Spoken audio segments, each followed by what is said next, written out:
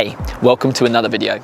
If it feels like a lot of effort to get control and power over your shots, or you get pushy when things get tight, then this video is for you. As today I'm going to be sharing 4 of my favorite tips that can help you to play tennis more effortlessly like Federer. And as always, I've saved a bonus tip for those that make it to the end of the video, so stay tuned. Now, before getting into the 4 tips, I want to say a big thank you to APEAK Tennis for sponsoring this video.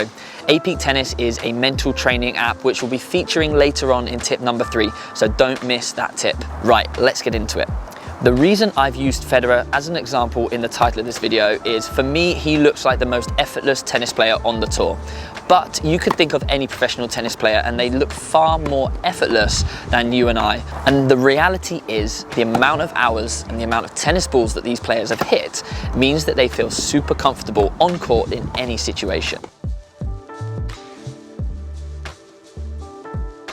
Now, don't get me wrong, these 4 tips aren't going to turn you into Roger Federer overnight. However, they're a combination of technical and mental tips that you can put into your game straight away to start to feel a little more effortless. And each of these tips can also stand alone, so you don't need to do all 4 of them at once. Focusing on one thing at a time can really make a difference to your game. So my very first tip is to focus on your timing. Now, when we talk about timing within tennis, it all revolves around your contact point. If you have good timing, your contact point will be in a comfortable position out in front of your body. And if you can do this consistently, your tennis is going to feel far more effortless, whether you're hitting forehands, backhands, serves, or volleys. However, if you constantly find yourself making adjustments to your contact point, being jammed up or reaching for a ball, then it's not easy to play effortless tennis. Things are going to feel far more forced and far less controlled. There are 2 main things that you can do to improve your timing, and both of them sound quite obvious. Number 1 is to watch the ball more closely, and number 2 is to focus more on your positioning and your footwork. What I like to do to ensure that I'm timing the ball well in practice and in matches is to start every single session from the very first ball, focusing on hitting the sweet spot on my racket. I'll do this by being springy on my toes and watching the ball really well.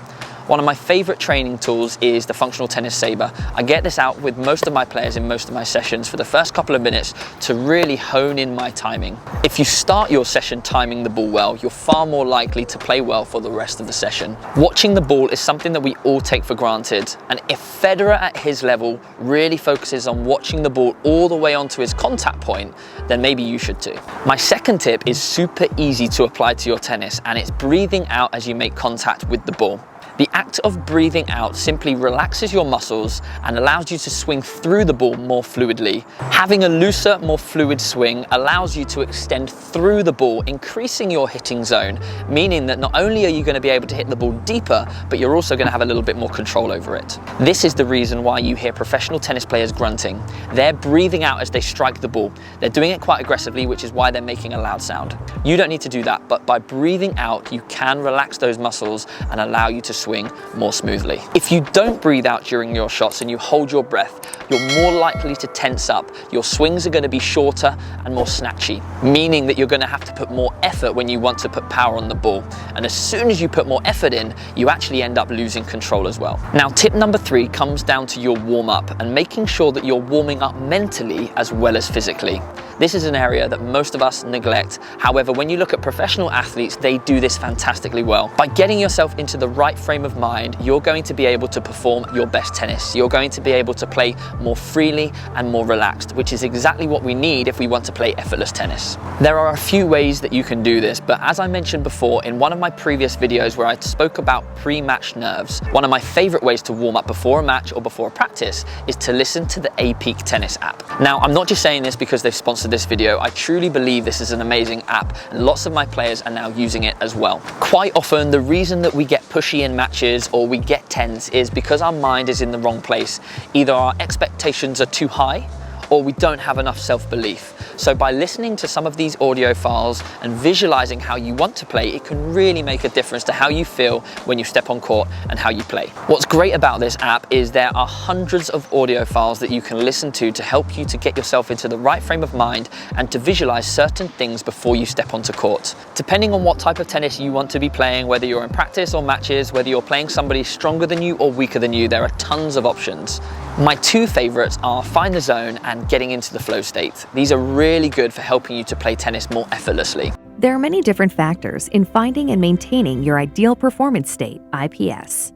Your rest, sleep hours, diet, mental and physical preparations, your concentration during play, and others. Finding IPS one time might not be too difficult, and sometimes it just happens coincidentally. However, repeating it will take tremendous discipline. You have to be disciplined enough to always stay with your routine, to find and maintain the level of intensity where you play your best tennis, and remain present focused. As we all know, your focus will bounce from place to place. Your job is to simply recognize when you are getting ahead or staying in the past, then bring it back to the present moment. This is what we are going to work on in this session today. The power of visualization in tennis is huge, and there are tons of professional tennis players out there that practice this daily. APEAK have kindly given the viewers of this video a free trial, so you can find that in the description below. Tip number 4 is a little bit more technical, and it's using your bigger muscle groups as opposed to your smaller muscle groups. When we talk about big muscle groups, we're talking about your legs and your trunk, as opposed to smaller muscle groups being your arm. A common mistake that people make is they generate most of their power using their arm, which takes more effort, and in turn we lose control of the ball. If we can generate power from our trunk and our legs, the power can be easier to generate, so we should have slightly more control over our shots. Now, I can make an hour-long video over this subject alone, so we're going to keep things basic in this video. When it comes to generating power with your bigger muscle groups, it comes down to rotation through your trunk and body weight transfer going upwards and forwards through your shots. This can be applied to your forehand, your backhand, and your serve. Now, if you're a player that does use your arm too much, I wouldn't try to think about all of those things at once, but if you can increase your rotation as you hit the ball or increase your body weight transfer going forwards, you should find that you can generate a little bit more effortless power. As I mentioned at the start, you're not going to turn into Roger Federer overnight. However, if you could apply one of those 4 tips into your next practice session, you should feel a difference with how effortless your shots feel. Now, as promised, I've got a bonus tip for those of you that have made it this far through the video, and it kind of links into the breathing topic that we said earlier when it comes to trying to feel more relaxed through the shots. The big problem that people have is they grip the racket too tightly. The good news is this tip will only cost you £2 or £3 or dollars, and it's applying a new grip to your racket. Now, I see so many players using old grips that don't have any grip left. They're really slippy, so they have to grip the racket super tight to control it. As soon as you put a new grip or overgrip on your racket, you'll feel that you don't need to grip the racket so tightly, and in turn, you'll be able to swing through the ball far more fluidly and far more relaxed. So if you're a player that tries to hold on to your grip for weeks and weeks, reconsider it, because it can actually affect your performance. So a huge thank you for watching this video all the way through to the end. It's really appreciated. If you enjoyed it, hit that thumbs up button, and if you haven't done so already, I'd love it if you'd consider subscribing to the channel. I look forward to seeing you in next week's video. Take care.